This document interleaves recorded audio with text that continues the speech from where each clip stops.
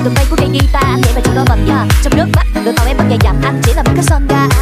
Kể từ ngày mà em đi xa căn phòng trên gác nặng rồi mưa đang rỉ rả đã không có còn tường chưa chịu buông tha anh cố đánh băng cho tàn mà vẫn chưa chịu buông ra. Mẹ vẫn còn ngồi ngủ ba cũng vẫn còn trong trước khi ánh đèn buông mẹ vẫn hỏi em có về không. Ngoài khi tàu tâm bảo em muốn lên đèn phòng mà nụ hoa thuốc bé nhỏ đến cầu đọc đèn bầm.